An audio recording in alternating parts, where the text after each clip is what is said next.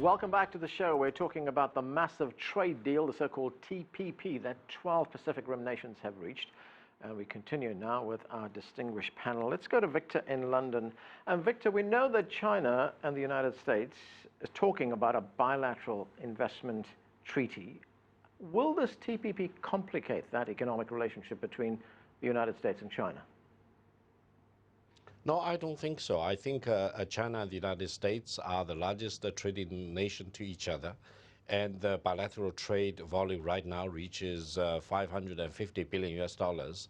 And the United States is fast achieving energy independence, and China may eventually turn out to be one of the largest and most important purchaser of oil and gas from the United States. So in the short term, I think the total trade volume between China and the United States may even double to reach 1,000 billion US very easily. So I don't think any decision maker in the United States would take any risk of disregarding the vast and massive amount of the potentials in further boosting up the China-US trade, because if they decide to do that, they will really bring damage to the fundamental economic interests of the United States. So I hope Washington and Beijing will really accelerate their discussion about the bilateral investment treaty between China and the United States. This will enable more investments by the United States into China and by China into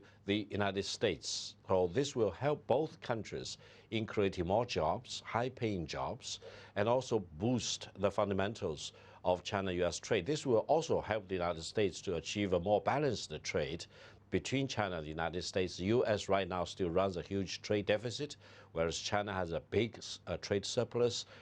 Going forward, bilateral trade between China and the United States will be more balanced, I hope. And I think TPP eventually will also take years to really get unfolded and into implementation after all the phases out, for example. And hopefully the BIT will be concluded between China and the United States when TPP eventually will be put into implementation. These two things should not be contradictory to each other. Yoshikazu, what about those countries on the Pacific Rim that are not in this deal, less prosperous countries? I mean, is this deal going to end up like a club of rich nations? Exactly. Full of diversity, United States, and Chile, and New Zealand, Malaysia, Brunei. Actually, it's a full diversified. So, a lot of uncertainty. So it takes time and process. So, each nation, how they can pass the domestic Congress or not, it takes, conservatively speaking, probably 1 or 2 years. So actually, China could be buying time to promote your own structural reform and then make it more high standard level. And at that time, probably China, I think Japanese government and Japanese society are really concerned about how to deal with China in the context of TPP agreement. So this is more than TPP. Actually, this is more than more than trade and commerce, and this is kind of social, economic, geostrategic. So it's very important for future of Japanese society. So I think full of uncertainties, it takes time, but it's important for Japan, particularly important for how to deal with China. So stay tuned. Actually, it really takes time. So to be seen. Mark, there's opposition coming from all quarters to this deal. There was an interesting piece in Britain's Independent newspaper a few days ago, and it said, and this is a quote, that the TPP poses the biggest global threat to the internet. It will make it a crime to reveal corporate wrongdoing through a computer system. That's if that complaint was made through a computer system. Internet service providers would be forced to police, quote unquote, user activity. It's like extending the activities of the NSA to these countries, isn't it? Yes, well, we don't know exactly, the terms of the agreement because it is secret. So these are from leaked documents. And of course, we don't know how they were settled. We're going to get finally a look at the agreement.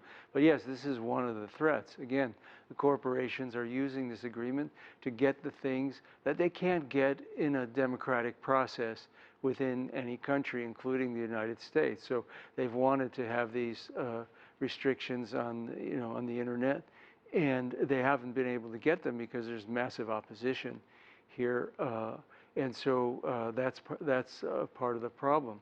The other thing, of course, the opposition is based on is the economic arguments for this are extremely weak, and they actually go in the wrong direction. So if you look at the most widely cited study that economists are using in favor of the treaty here in the United States, it shows a gain from the efficiency gains of trade of 0.4% of GDP, not annually, but after 10 years, okay? So this is basically like a rounding error. And, you know, we looked at this and we compared it just to the expected inequality, increase in inequality that you would get. And of course, you know, in wages. And you can, because there's a literature showing that this increases in inequality. And then you could also look at the, again, the redistribution of income taking from the patent and copyright protection and strengthening and lengthening these patents. And the net result is the majority of people in the U.S. lose. And I'm sure that's true for a lot of other countries as well. Dan, what do you make of that, that corporations are getting through this deal something that they cannot get in a democratic society? I think that's a little blown out of proportion, but to Mark's point and to your question about policing the internet and putting internet service providers on the hook for helping to protect copyright owners, that was legislation in the United States, SOPA and PIPA, the Stop Online Piracy Act, a few years ago, that was soundly defeated. So there is concern. We're concerned about it. But it really depends on the magnitude. I mean, what really do the provisions say? How much is it going to undo the balance between the rights of owners of intellectual property and the public interest? I see the TPP as just any piece of legislation that comes before the U.S. Congress. It's a piece of sausage, right? So there are provisions in these in law that are good, and then there are a lot of provisions that you don't like, and lawmakers evaluate it. They don't make the perfect enemy the good. They say, on par, I can take this agreement. That's the way the TPP needs to be approached. There are going to be some things in it that aren't particularly good, but I think there's going to be a lot of liberalization. The idea that this is all for corporations, though, is yes, it's business is what drives trade negotiations, and the USTR and other trade negotiators are going to bat for their businesses. They don't think about consumers and taxpayers, but we do benefit residually by the fact that other countries open their markets and that we open our own markets as part of these negotiations. So there are benefits that we need to recognize.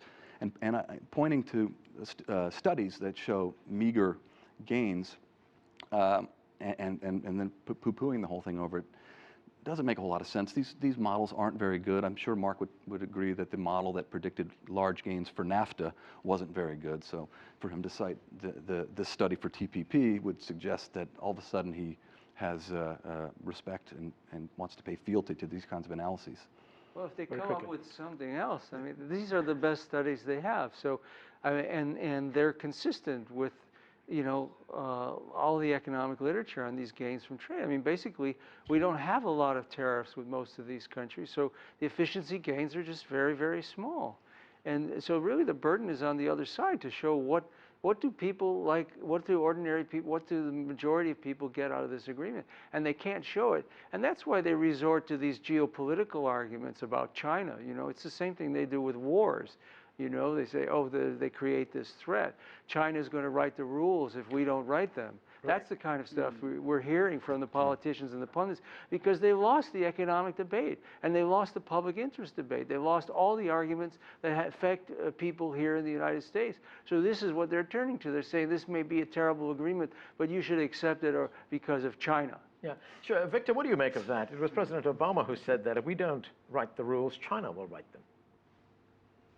Well, I would say this is time that after the signing by the 12 ministers, it is time to make the document available for public review, including the public in all the 12 member states as well as public throughout the world, including China. We need to look at the document that has been signed, and this should no longer remain as a mystique or as a mystery or as a secret. Trade is trade. You know, trade should be open and transparent. And if there is a danger of politicization of trade or even ideologization of trade, then there is potentially a risk. Trade should be very straightforward. If someone wants to achieve goals that they fail to achieve through free trade by ideology or politicizing through the form of free trade agreement, then this is not free trade as it is. This eventually will fail. And therefore, I think we really need to look at the document signed up. It should no longer remain as a secret. People should be able to debate about it.